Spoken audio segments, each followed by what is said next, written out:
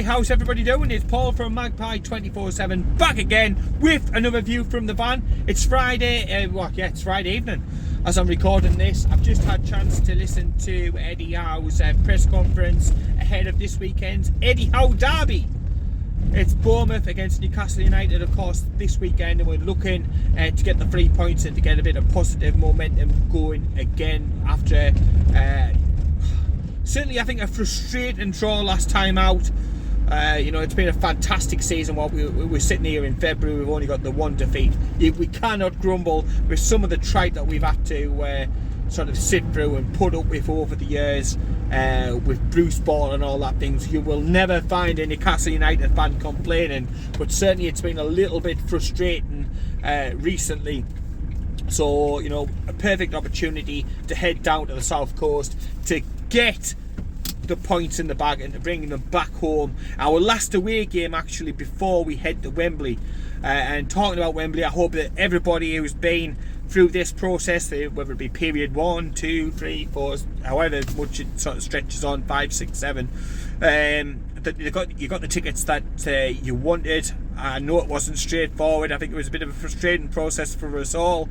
Myself and Carl have been lucky. We've got tickets for the game. Looking forward to that. Cannot wait. Hopefully Eddie Howe's history-making mags will be coming and getting that duck off our back, breaking the curse, breaking the long wait for silverware, but that's a little bit further down the line, although there's not a single Newcastle fan who can sort of hold the water when it comes to to that one. But yeah, little matter this weekend of getting back to Premier League action, the Eddie Howe derby, and like I touched on before, he's done his press conference today. Don't ask the lad for tickets, he can't get any. Tickets are at an absolute premium, so don't ask him about that. But yeah, just before I get into the press conference, obviously earlier on in the week there was some massive news from the from the club. It was actually from the people who previously owned the land. Of course, I'm on about Strawberry Place now. Mike Ashley famously sold the land, sold our club up the fucking river. Literally sold our future away for 9 million quid, which for a bloke who is a fucking billionaire is loose bastard change. But yeah, tried to shag the club over, tried to fucking do us one over, sold it off for £9 million. Plans were passed, but earlier in the week, of course, news came out that the council had withdrew some of the funding. Now this is a project that's been dogged by delay, that's been dogged by financial issues, companies going out of business and so on and so forth. It's been passed around like a bit of a hot potato from company to company. However, this week Newcastle United, or one of the ownership, or PIF, or somebody to do with Newcastle United, has managed to wrestle back control of this piece of land, paying a very big premium, no doubt, on top. But the important thing is that land is once again under control, and is under the same ownership of the football club. That is massive and mammoth when you come to thinking about the long-term future at St James's Park and about expansion, because there'd been much talk about a new stadium if we couldn't expand St James's Park, and with the history and everything that's gone on at that site, over a century of history and football on that side, I would have been really, really pained to have left. It's a special place. It's a cathedral on the hill. So to get back our chance at expanding the stadium by obviously going into the land now behind the Gallagher is massive. It's huge. It cannot be underestimated. It safeguards the site of St James's Park. We can expand either corner. We can expand the Gallagher end. Yes, it's going to take some miraculous engineering, works to be able to do that with the metro station underneath, but there's that possibility, and that's, again, as Newcastle fans, we want hope, we want possibilities. We clearly need more seats in there because of the demand for tickets and stuff like that. And to top it all off, the club are also talking about a fan zone, which I have a long time banged on about. You've seen it at other grounds. Darren Ingles talked about the fan experience and about improving, the before and after match experience and offer from Newcastle United when he came over from the States. And this will be part of it. So we're going to have a fan zone out there, more in the short to medium term. So again, more revenue for the club, bringing more money in. For those who can't get inside the stadium, we may be able to watch some of the games. have a good time. There's going to be family entertainment and that sort of thing. Also on before, possibility of getting guest speakers, ex-players, talking to the fans outside, whipping up the crowd before they get into St James's Park as well. So many positives from having a fan experience, from outside, the big screens on there, a few drinks before you go into the game. Good stuff. Happy fucking days. So yes, it is wronged. Well, it is written, it is made right. A major wrong of the Ashley regime. Like I say, he sold us up the fucking river by selling that piece of land off, and it was deliberate, and it was just to pocket a few extra quid. 9 million quid, which for a billionaire is absolutely fuck all. When is enough? But he sold the club. He sold the club short. He wanted to get rid of the club, but he wanted to stick two fingers up at the same fucking time. He tried to shaft the future of our football club up by literally stopping the last avenue for expansion at St James's Park. But like I said, they've paid a lot more than 9 million. You could be talking up to 10 times the fucking amount to buy the land back. But the important thing is that we have the land back, and it's not to look back, it's to look forward. And in the more longer term, you can easily get the stadium up now to 65,000 or so by expanding it. So that is absolutely fantastic and great news. Back on the events from the press conference earlier on. Injury wise, Eddie Howe spoke about the squad. Isak is available. He's trained this week. We saw the pictures earlier on in the week. He is available for this weekend. So whether that's him starting or whether that's him on the bench, he is travelling down with the squad. That is absolutely fantastic. It's a huge bonus. Don't listen to what the likes of Stan Collymore say. The man's a cockwomble. He really is. So his views on the likes of Wilson and Isak mean about as much as a fucking chocolate fire guard. Yeah, it's about as effective as a chocolate fire guard. That lad's opinions. He's as big as a bastard fucking dictionary, isn't he? Let's face facts. But yeah, over the moon that Isak is back. We need everybody fit and available for what is a tough run of fixtures that we've got. We need to keep people fresh. Speaking about injuries again and keeping players fresh, Javier Manquillo is literally an ant's knob away from returning to training. So we're looking in the next week or two, he should be fit and available, and we'll give another option on the bench. I don't really see him pushing his way back in. One player who may push his way back in, of course, is Matt Targett. He has been missing for quite a number of weeks now. It's been a bit of a frustrating time for Matt Targett. He did fantastic last season. Came to this season, and he's been carrying an injury. He's had to get the injury sorted, but he is about a week or so away now. He's stepping up his rehab. He's not far away. He's probably a little bit more behind than what Javier Manquillo is, but great to see Matt Targett on the way back. Of course, this weekend we won't have Bruno. He won't be in the middle, so that's disappointing news, sadly. He's going to be missing this game. Second game of the 3-game suspension that he's got. So we've got to take that one on the chin. It's going to limit options again for the central midfield areas. We'll get onto that in a minute. But that was the main issues. That was the main troubles. Obviously, Emil Kraft's still an absolute age and eternity away from getting anywhere back to fitness. Yes, he has came back over. He has stepped up a little bit, but he's still many months away from getting back to to full fitness and stuff. So comes to this weekend and who's going to play in what system. Will he rotate things around? Will he freshen things up? There's huge question marks, of course, around St Maximin. He did speak about St Maximin and said, look, he's going to need a run of games to get back up to form, but he was pleased with aspects and elements of his game last time out. He was tracking back, he was putting the graft in, but he just held his hands up and said, look, West Ham did a really good number on him. And I think you've got to look at that. I mean, I was as frustrated as anybody else at the game, but West Ham came up, they had a game plan and they went for it. And yes, they could have been 2-0 down within a minute, but they actually came at it. They didn't just sit back, they didn't just try to soak it up. They weren't defensive, they had a go, they had a game plan, and I think a point apiece was actually fair at the end of it. But I think his comments about St Maximin probably suggest that he's going to be involved again this weekend. He talked about him having a window, an opportunity to be able to impress him and cement his place in. And look, you know, he's done fantastically for our football club over many years. He's carried our football club in many senses for a long time, under shit management, under difficult conditions. Then he was out of the team. Somebody else came in, did really well, and he hasn't been able to get back in. He came back in to start against West Ham.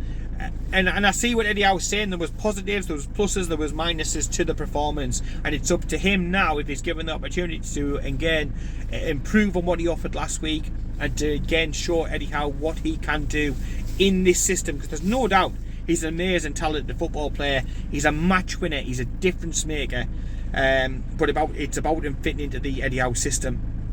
And of course he's got Anthony Gordon breathing down his neck after a fantastic cameo last time out as well, so it's a huge call for him. But I'll get to the team that I think he'll go with shortly.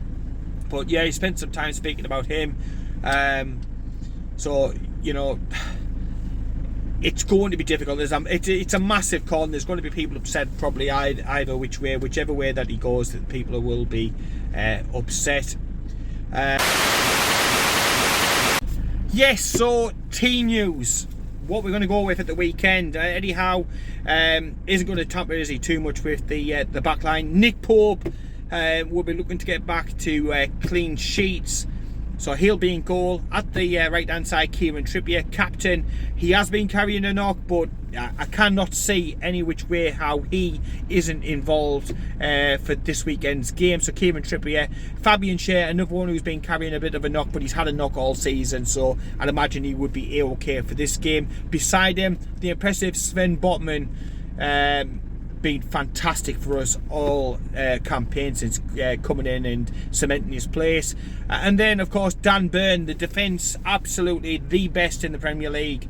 So you're not going to change around with that too much. It's going to be quite a difficult task for Bournemouth to be able to break through that back line, in my opinion.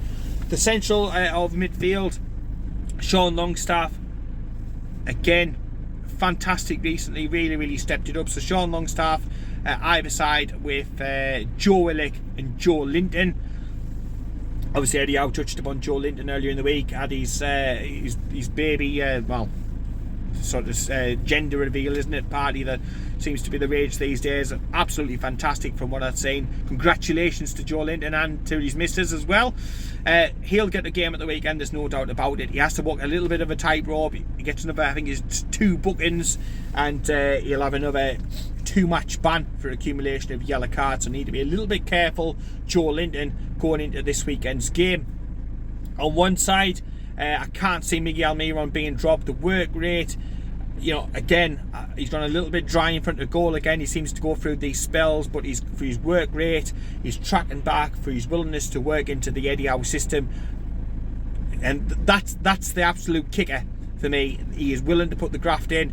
It's his birthday today as I record this. Happy birthday, 29 years old I think he is. So it'll be Miggy on one side, on the other side, based upon from what he's just said at the press conference about having a window of opportunity to impress him, it's going to be St Maximum. Now, it's going to frustrate a lot of people. Anthony Gordon's going to be on the bench, but it's a fantastic option to be able to bring off the bench. And if you look at the blueprints for Sven Botman and Bruno as well, they weren't thrown in. Even though, again, fans wanted them to be thrown in, they weren't thrown in. So it's keeping within the form and within the blueprint of how he likes to integrate new players. He spoke about Anthony Gordon, said that he's done some one-to-one training with him on Monday about shape, about system, about how to work in the Newcastle United machine. So look for him to be introduced gradually over the next couple of weeks. As frustrating as that is for many, I 100% believe, just my belief, but from what he said and taken in and looking how he's handled things previously, it will be the Saint out wide. Up top, Callum Wilson, and again he'll be eager to score against his old team and eager to catch up Miguel Almiron in the goal scoring charts to become our leading scorer for the club for this season. So how do I see it going? I personally can't see anything else but a Newcastle United victory.